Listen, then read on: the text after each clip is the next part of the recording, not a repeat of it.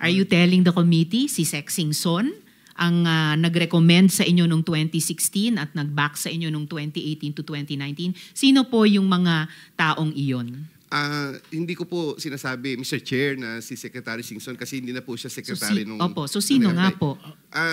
Si Mark Villar po was the incoming, Secretary Mark Villar was the incoming secretary during the time.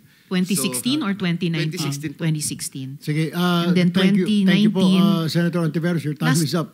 Sige, last follow-up na lang, Mr. Chair, dahil Okay, hindi pa go ahead. nasagot. And in 2019, sino pong nag-recommend or nag-back sa inyo?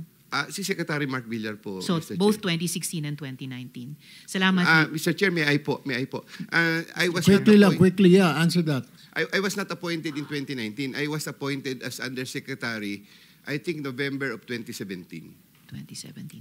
Salamat, Yusek. All right, Salamat, thank you. Mr. Chair. Thank you. Senator Marcoleta. Thank you, Mr. Secretary. Chair.